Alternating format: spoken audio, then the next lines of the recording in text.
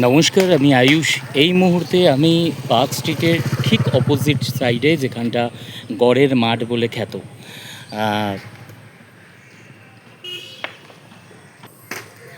আর মাত্র কয়েক ঘন্টার প্রতীক্ষা, তারপরেই সেই মহেন্দ্রক্ষণ, প্রতীক্ষার অবসান। আগামীকাল শুভ রথযাত্রা। এই রথযাত্রাকে কেন্দ্র করে ভারতবর্ষের বিভিন্ন জায়গায় মানুষ খুশিতে আপ্লুত হয়ে উঠেছে। তার সঙ্গে খুশিতে মাতোয়ারা হয়ে উঠেছে কলকাতা। কলকাতার এই যে গড়ের মাঠে, এখানে ইস্কনের 3টে রথ, জগন্নাথ, বলরাম, সুভদ্রার 3টে রথ এসে প্রতি বছরই এখানটায় দাঁড়ায়। এখানে এই রথটা থাকে 7 দিন, টোটাল 9 দিন থাকে। 9 দিনে একদিন যেতে, একদিন আসতে, আর 7 দিন হচ্ছে মাসির বাড়িতে থাকে। সেই সূত্র ধরেই এখানেতে 3টি রথ ইস্কনের রাখা হয়। মোটামুটি যারা ধর্মতলায় এসেছো এই রথযাত্রা উৎসবে, তারা মোটামুটি জানো কি বিপুল পরিমাণে ভিড় হয় এখানে। এখন তারই কর্মযজ্ঞ চলছে সমস্ত তৈরি। আর হাতে টাইম নেই, হাতের টাইম খুবই কম। শুধুমাত্র আজকের রাত গড়ালেই কালকে হচ্ছে রথযাত্রা। তো সেই রথযাত্রাকে কেন্দ্র করেই এই সমস্ত চতুর্দিকে যে আনন্দ উত্তেজনা বা যে খুশির আমেজ তৈরি হয়, ভারতবর্ষ কেন, বিভিন্ন জায়গাতে, ভারতবর্ষ ছাড়াও বিভিন্ন জায়গাতে এই রথযাত্রা পালিত হয় এখন। তো আমাদের কলকাতায় অনেক জায়গায় বড় বড় রথ বেরোয়, যেটা খিদিরপুরে, আমি এর আগেও ব্লগ করে দেখেছি, খিদিরপুরে অনেক পুরনো, মানে স্বাধীনতা যখন থেকে আমাদের 1947 সাল থেকে সেই মন্দির, জগন্নাথ দেবের মন্দির, যেটা আমি কালকে ব্লগ করেছিলাম। যাই হোক, এরকম রথ এখন যে রথযাত্রা হয়, সেই রথযাত্রা খুব বিশালভাবে পালিত হয়। কারণ রথযাত্রা এখন আর সেই আগের মতো সীমিত গণ্ডির মধ্যে নেই। এখন রথযাত্রা সবাই পালন করে, ছোট থেকে বড় সবাই রথযাত্রা একদম মানে উল্লাসে আত্মহারা হয়ে থাকে।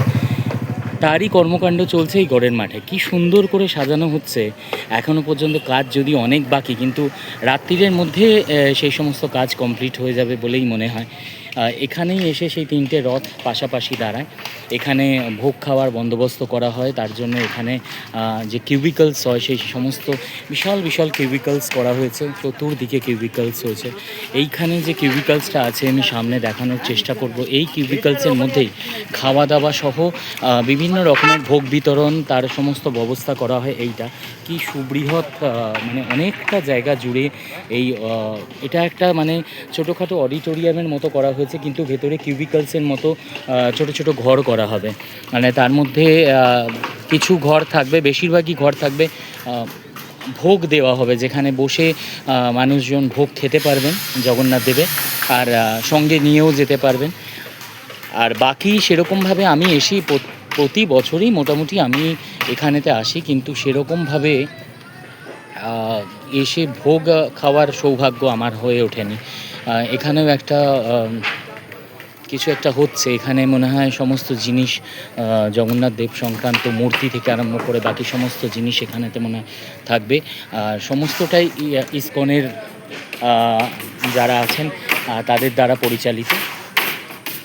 কারণ এই রথযাত্রা যে 3টে রথ আসবে, এটা ইসকনেরই রথ। তো ইসকনই পুরো দায়িত্বেতে থাকেন এখানেতে। আর এবারে আমাদের মুখ্যমন্ত্রী শুভেন্দু অধিকারী মহাশয় একটা অনুদান দিয়েছেন এই রথযাত্রা যে উৎসব, তাকে কেন্দ্র করে। তাতে ইসকনের যারা আছেন তারাও খুশি, আর আমরাও দেশবাসী হয়েও, আমরা পশ্চিমবঙ্গে যারা বসবাস করি তারা তো খুশি যে রথেতে এরকম একটা অনুদান যে তিনি দিয়েছেন, যেটা ইসকনের কাজে লাগবে। কারণ এখানে কোনো পয়সা নিয়ে ভোগ খাওয়ানো হয় না, ভোগ এখানেতে বিনা পয়সাতেই দেওয়া হয়। আর যে কেউ ভোগ খেতে পারবে এখানে এসে।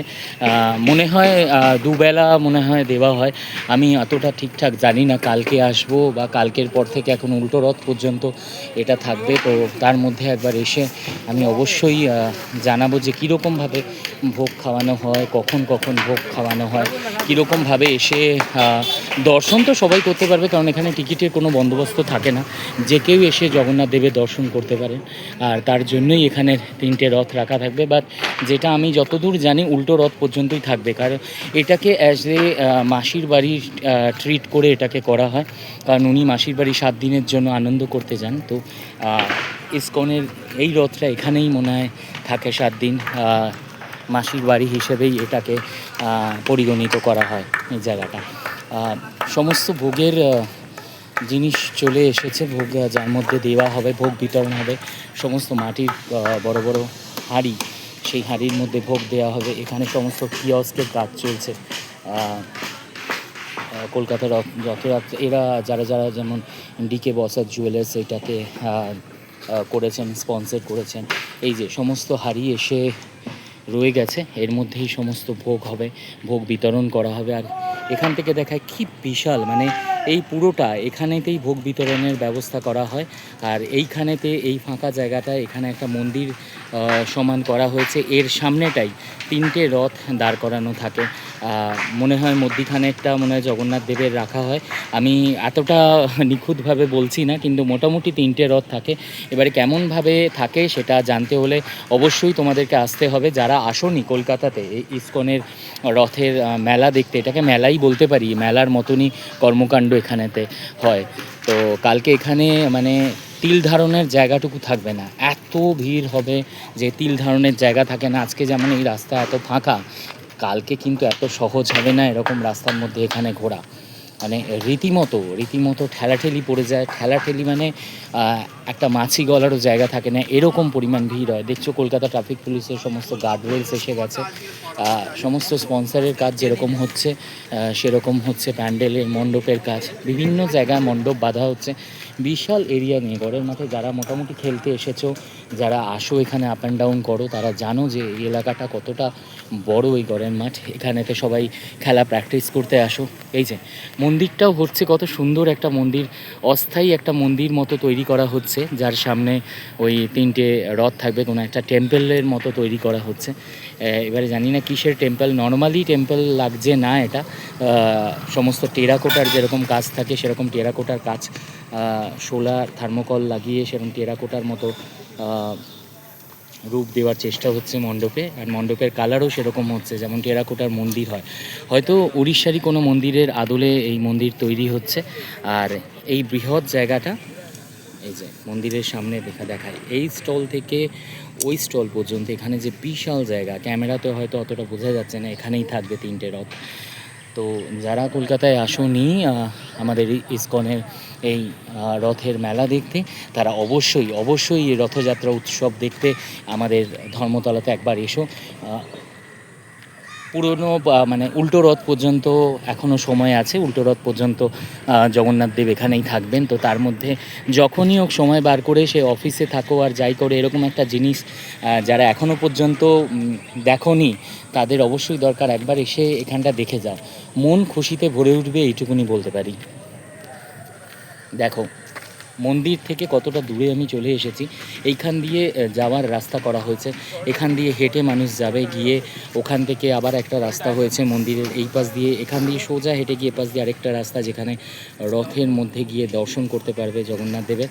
আর তারপরে এপাশ দিয়ে এসে এখানটাও জায়গা করা হয়েছে কোনো মনে হয় ভোগ বিতরণের জন্য, কিসের জন্য হয়েছে মানে অনেক কটা জায়গা এরকম করা হয়েছে। এখানেও যেমন এখানে পুলিশেও থাকতে পারে, স্বেচ্ছাসেবকরাও থাকতে পারে, তার জন্য করা হয়েছে। এবার কালকে যতক্ষণ পর্যন্ত না এখানে বোর্ড লাগবে ততক্ষণ পর্যন্ত বোঝা মুশকিল অ্যাকচুয়ালি কিসের জন্য এগুলো হচ্ছে আর কোথায় কি অ্যারেঞ্জমেন্ট হবে সেগুলো কালকেই জানতে পারবে।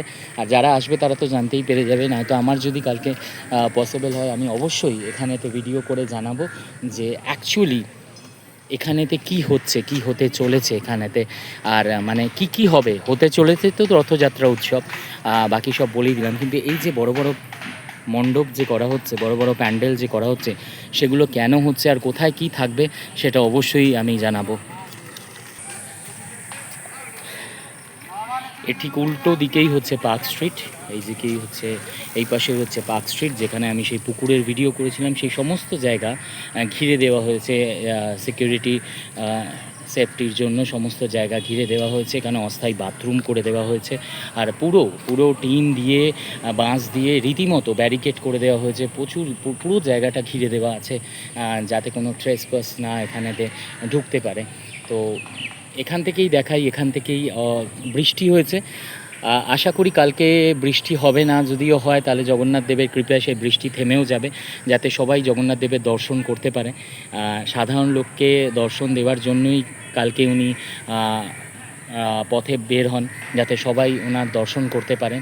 তো ওনার যখন দর্শন দেওয়ার জন্য যখন উনি বেরোবেন, তাহলে অবশ্যই বৃষ্টি তো হবে না, কারণ জগন্নাথ দেব নিজের দর্শন দেবেন সাধারণ লোকের জন্য, আর সেখানে বৃষ্টি হয়ে তাতে বিঘ্ন ঘটাবে, সেটা তো কোনো দিনই হতে পারে না। সেটা জগন্নাথ দেবী ঠিক করবেন, আর ঠিক করেনও প্রতিবার। তো তারই অপেক্ষায় সবাই। অবশ্যই হবে না বৃষ্টি, আর বৃষ্টি হলেও ভিড়ের কোনো ফারাক হবে না এখানে। যেরকম পরিমাণে ভিড় উপচে পড়ে, সেই উপচে পড়া ভিড়ের খামতি হবে না। সবাই ছাতা নিয়ে, রেনকোট নিয়ে হলেও আসবে, কারণ সবাই জানে কালকে রথযাত্রা, কলকাতার সবথেকে বড় রথযাত্রা উৎসব এখানেতে পালিত হয় ইসকনের এই 3টে রথ নিয়ে। তাছাড়া তো বিভিন্ন জায়গায় ছোট বড় রথ বেরোতেই থাকে। খিদিরপুরে, কলকাতার খিদিরপুর সংলগ্ন এলাকায়, সেখানেও বেশ ভালো বড় রথ বেরোয়, বিশাল বড় রথের মেলা বসে। কালকে আমি ব্লগে দেখিয়েছি, অলরেডি রথের মেলা বসে গেছে। যারা গাছ বিক্রেতা তারা গাছ নিয়ে বসে গেছে। আজকে থেকে তো আরও মনে হয় সমস্ত কিছু বসে যাবে। তারাও থাকবেন একদম রথের দিনকে, মানে কালকে রথ, কালকে রাত্রি 10টা পর্যন্ত তারা থাকবে, আবার তারা আসবেন উল্টো রথে। কিন্তু এখানে যেটা হচ্ছে গড়ের মাঠে যে রথটা থাকবে ইসকনের, এটা কিন্তু উল্টো রথ পর্যন্ত থাকবে। তাহলে এটা দর্শন করার জন্য আমাদের হাতে এনাফ টাইম থাকবে। যদিও খিদিরপুরে কেউ যদি না যেতে পারো, তাহলে অবশ্যই তারা এখানে চলে এসো, এখানে জগন্নাথ দেব দর্শন দেবেন এখন 7 দিন।